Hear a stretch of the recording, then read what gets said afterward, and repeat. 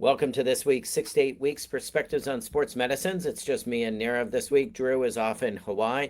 And today we're going to talk about one of Nirav's most recent papers that has definitely gotten the most press. And this is a paper that came out in the Orthopedic Journal of Sports Medicine that's titled Short-Term Workload Patterns Before Achilles Tendon Ruptures in NBA Players. And it's essentially a descriptive study that you and your colleagues did looking at what happened with the NBA recently with Achilles tendon ruptures compared to historically. So can you go a little bit into why you wanted to do this study, what was happening with the NBA?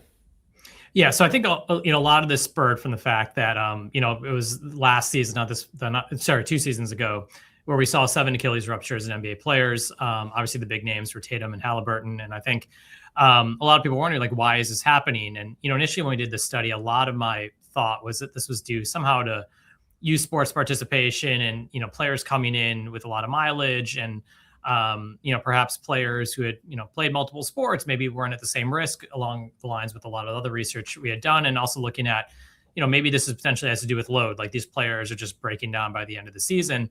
So this is an impetus for us to kind of just look at it. And we identified Achilles tears over about a 10-year period. Because when you get, kind of farther back from that, different era, different style of playing, data is not really there in terms of looking at distance run and things like that. And we said, hey, let's just look at a whole bunch of factors and see what comes up as a risk factor for potentially tearing. Now, the important thing to note with this study is that it's not a study. We're almost like observing things and reporting on it. There's not a control group. We're not testing Achilles. We're basically describing something so that then we can potentially do further studies, or maybe the NBA wants to do further studies. But simply we're like, hey, let's look at these players and describe what we see in them, because this is such a devastating injury for these players. So yeah, this was especially in the playoffs, and I think when I heard or when I saw these happen, a couple things stood out. They all had the same number, which was kind of crazy. It's weird when all the players have the same number and they go down. So no conspiracy. There's nothing about conspiracies in the NBA and the lottery and the Dallas Mavericks or the Cleveland Cavaliers after LeBron left. That was strange. But also that this was happening kind of towards the end of the season and into the playoffs. But these are also the players that we've talked about before with load management. So how do you balance this idea that these may not have been the multi-sport athletes, it's this cumulative load, and then this is just a statistical aberration that y'all happen to find that will regress to the mean over the next couple of years? Yeah, that's a great point. I think it's basically like we observe this trend, and I think the next step would be for us is kind of taking a step back would be, okay, what we found was, there's a spike, which we'll talk about in terms of minutes, in 10 to 15 games preceding the injury. And, is that a general injury risk? Like, do we look back at just NBA players in general and see like, hey, like this is potentially something that leads to all causes of injury risk and something we should be looking at? Or is it just random, right? Like there are tons of players who play this and there's some other factor we haven't identified that causes, this to happen. Now, in an ideal world, what we would do is we take all these NBA players from the time they enter the league and, image their Achilles every season, right? And you can see what's going on. And is there a point at which their Achilles starts to degenerate? And, the ideal statistical model would be we'd get an MRI every day and just see what happens. And then when that tendon starts to generate, and you'd be, oh, that's what's causing it. But obviously that's not realistic. So I totally agree. Like this could simply just be an anomaly, but it makes sense.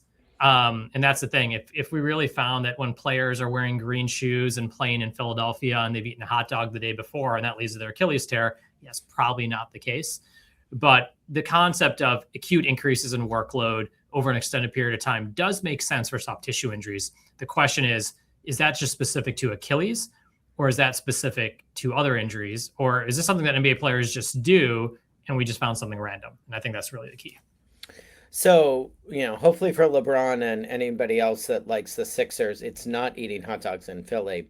But I wanted to bring up one thing that you said, and this gets into the data. So you found that there was an increase, but and then their playing time increased in this 10 to 15 game window. But that amount of difference, like 1.6 minutes difference per game, is that a big increase for the NBA or not?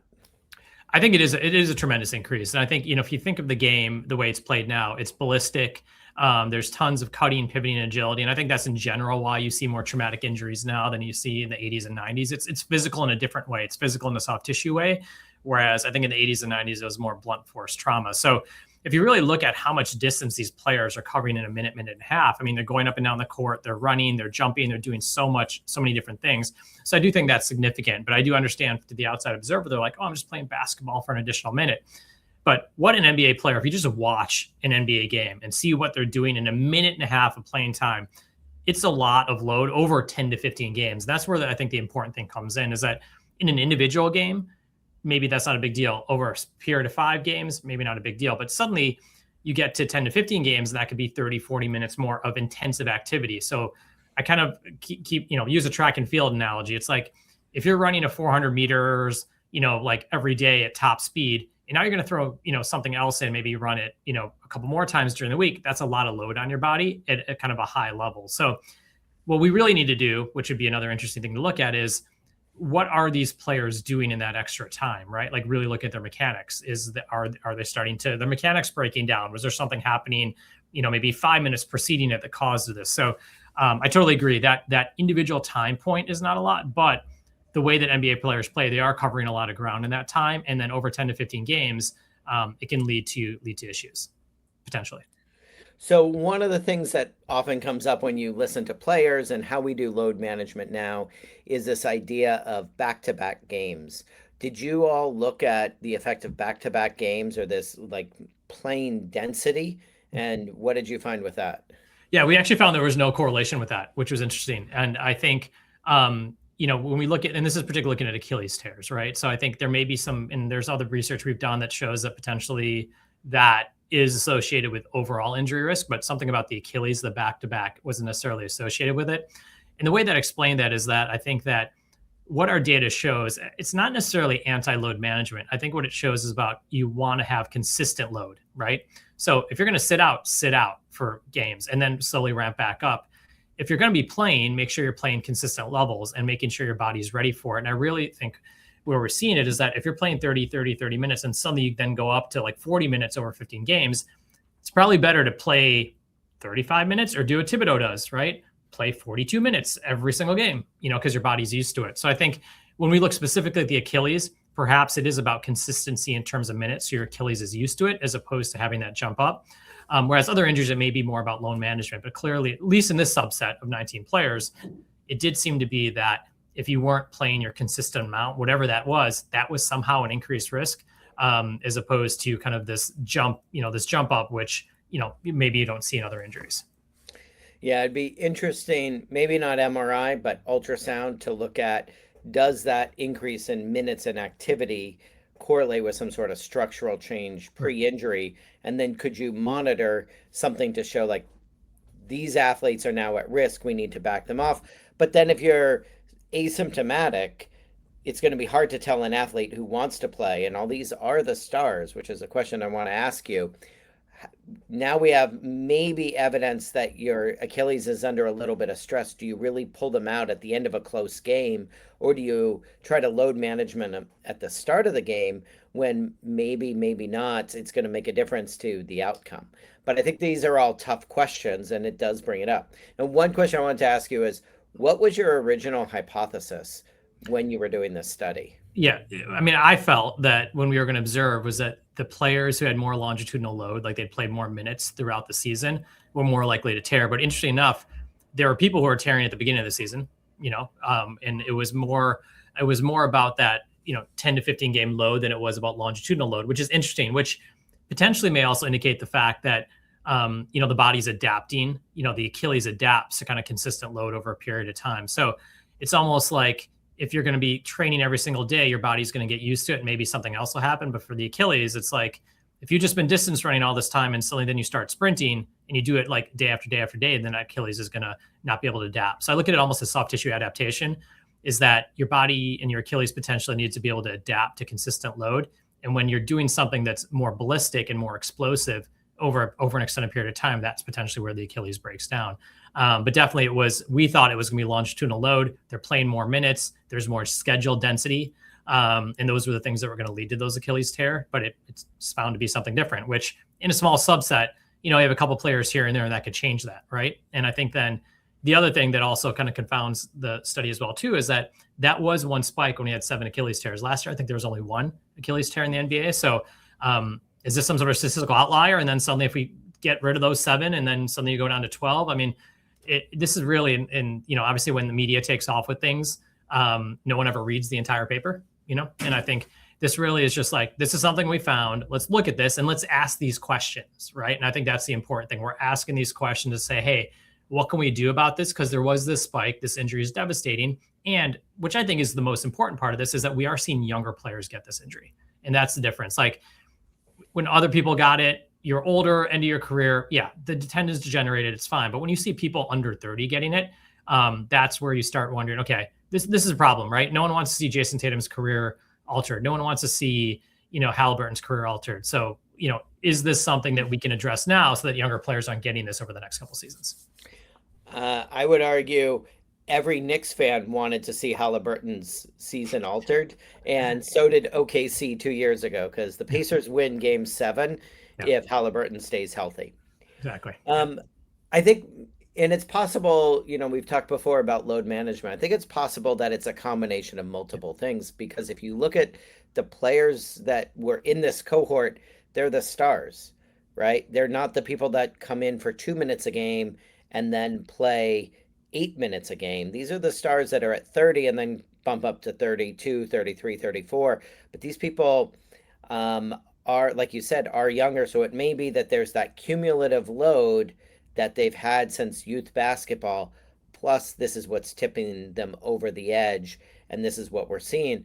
But again, yeah, it's a hard thing to study. It's a hard thing to know for sure. You're looking at correlations and not causations. But this isn't the first study to show that lots of load on an Achilles is potentially dangerous.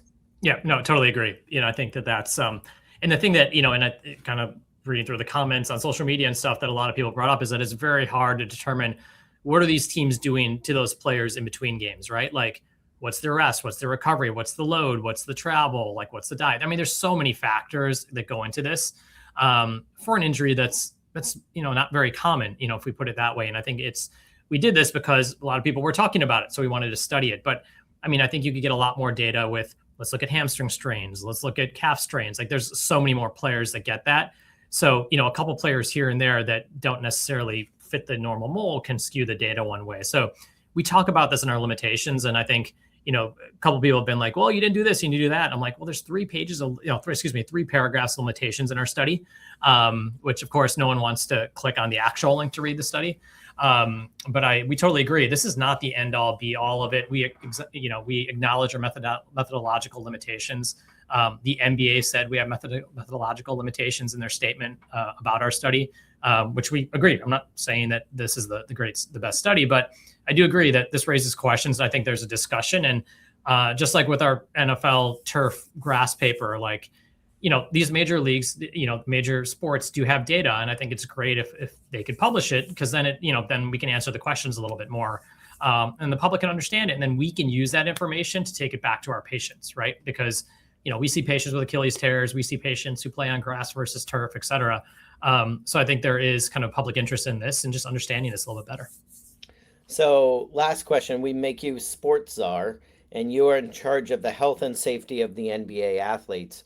Would you do anything differently at the NBA level, either with monitoring, prevention? Is there a minutes cap? Like, Steph Curry can only play 32 minutes a game from now on? No, I mean, I think, that's a tough question. I mean, I think that this data suggests that maybe it's more about consistency in terms of load. So keeping a pattern throughout the season. But I think there are ways you can monitor players, and they all have tracking monitors. You're looking at muscle movement, muscle fatigue, et cetera. So I think just making sure that teams are really taking a scientific approach and looking at minutes. And I know the Golden State Warriors, you talk about Rick Celebrini and the way that they bring people back. I really do think it's about, let's really examine this and understand this and image it and kind of look at minutes and load, and really just like they have access to tons of data. So I think part of it is like, okay, if that data is there, let's synthesize it, and maybe then internally even give recommendations to teams and players about how to kind of manage these injuries. The tough thing always is going to be is that at the end of the day, what you're really basing this on is how is a player feeling, right? Like there may be lots of players whose Achilles on ultrasound looks bad. They've been playing a lot of minutes, but they're saying they're feeling fine, right? And are you going to sit someone who feels fine? Probably not. Are you going to sit someone whose Achilles looks like it's starting to degenerate? But maybe there are lots of players who have that. So it's not an easy answer, but I think the more data we get, the better players and fans can be informed about kind of what's going on. Yeah. All right. Well, lots to think about. Congratulations on a pretty mediocre article, hitting it big time in the news. Um, Please listen everywhere you listen to podcasts and subscribe on Spotify, YouTube, or wherever else you listen to us. Thank you.